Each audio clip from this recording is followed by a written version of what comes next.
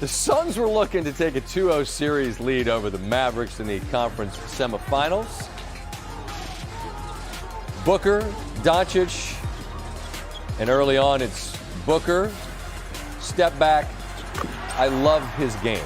Everything about it. It looks easy. It looks pure. Suns up 8. Luka spinning, stepping back, stepping through, and that's 3 the hard way. Has Cam Johnson on skates.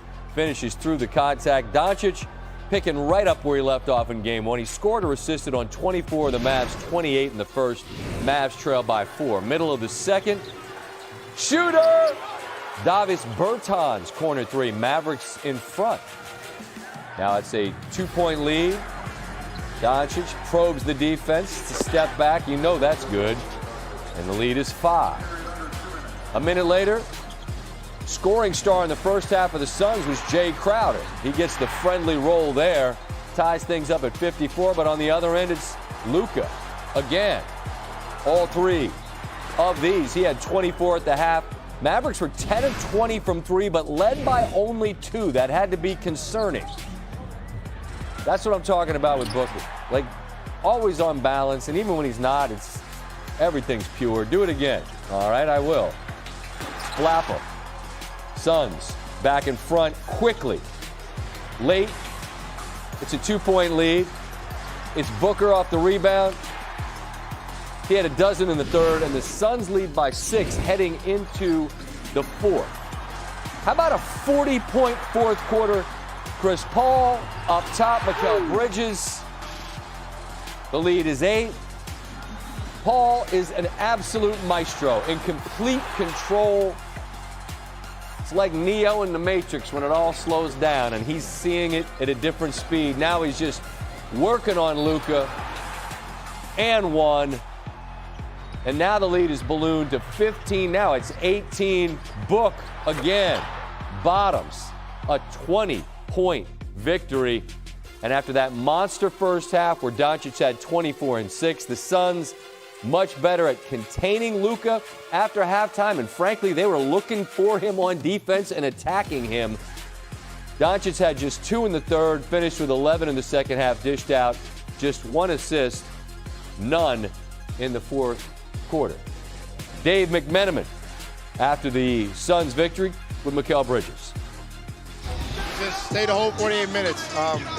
Kept playing our way, kept playing hard, and just stayed the court. But we just kept playing our way, played Suns basketball for 48 minutes, just kept going. Win, win, win, win. And certainly part of that Suns basketball is getting the ball in Chris Paul's hands and letting him cook. What did you see out of him closing this game? That's CP, man. Just know beginning fourth, told him to go off, and that's what he does. Never worry about it. I know he's going to get it going. He's just a dog. He's going to get it going no matter what. What's the mentality now? Up 2-0 in the series, going to Dallas. Stay the course. Stay the course. 0-0. Going A spot. It's 0-0. We got to go out there and get a win, play our way. Appreciate it. Thanks, Mikal. Yep. Pleased to be joined now by Matt Barnes. And as I'm looking at this, the numbers on the screen here, a 40-point fourth, a 20-point win. Matt, they shot 64% from the floor. We could talk numbers, but I just want to ask about Chris Paul, because watching him, particularly in the second half and especially in the fourth, and we saw it against the Pelicans, it's his ability to completely control tempo, the game, and put his fingerprints on victories is just, it's as impressive to me as anything we've seen in the playoffs thus far. How do you best describe what he does? Well, I've got a chance to see that firsthand for 3 years while we played together with the Clippers, and it's crazy because this guy's aging like a fine wine. He'll be 37 on Friday, so happy birthday to my brother. But like you said, he completely has control of the game. He knows when to get the guys the right ball. He knows when to take and choose his spots. And this is why he's one of the best point guards to ever do it. And as we talked about after game 1, it's championship or bust for this team. You know, they did what they're supposed to do. They took care of home.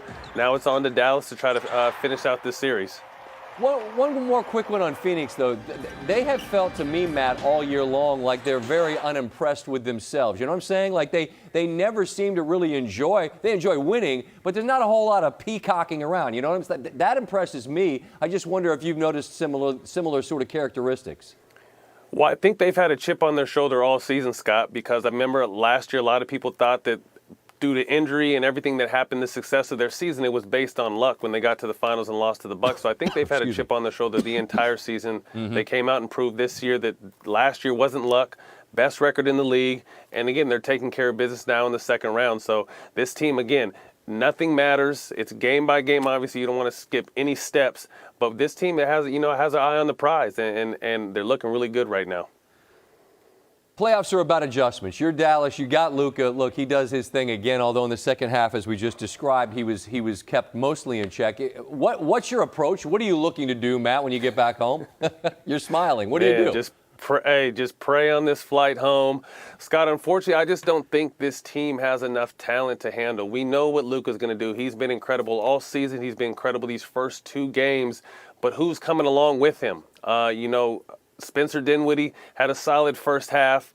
We're still looking for Brunson. Brunson had a breakout first series where he averaged nearly 27 points a game, and he's really struggled to find his offense. But we talked about this again after the first game. Luka has to work so hard, and he's so involved. Even if he doesn't score, he's so involved in his team scoring. He's doing so much heavy lifting. So I'm not saying this is going to be a sweep. Luka might go home and have 50 or 60 and steal a game, but I don't see this going past 5. It could be done in 4. Man, God's going to be busy. Earlier, Barry Melrose said the Boston Bruins are going to be praying. Now you got Dallas praying as well. Before we say so long, real quickly, you and I can listen together here. Here's Jason Kidd's thoughts on where things got away from them there in the fourth when they gave up 40. We just lost focus and we lost our connection. We had them going into the fourth quarter. It's a 6-point game. We have the ball. We turn it over. They come down and score. And at that point, we just lost focus. We got to be better. And that's, no matter what time, playoffs or regular season, we got to stay together. And we found a way to beat ourselves there in that fourth quarter. How difficult is that? Because all right, so, he's not wrong. They had a lead at the half, and you're within arm's length. But, this Phoenix team, they just have more options than Dallas does offensively, don't they? Yeah, Scott, we discussed this at halftime. To think that Dallas was 10 for 20 from the three-point line. They're shooting 50%. Luka had 24 points, but they're only up 2. Right. So as we discussed, we're going in the locker room as the Phoenix Suns, looking at the stat sheet as a coaching staff, and the players are looking like, okay, CP hasn't got going yet. Book hasn't got going yet. I trust that those 2 guys are going to get going over anybody anybody in Dallas. And they're looking to blow this team out in the second half, and that's what they did. CP and Book both turned on the switch in the second half and led their team to victory. So, again, Phoenix has plenty of options. The ball finds energy. CP does a great job of orchestrating, getting the balls where they need it. And Dallas just doesn't have that luxury. Luka doesn't have the same luxury, obviously, as CP3 does with all the weapons. Yeah, and at halftime I said,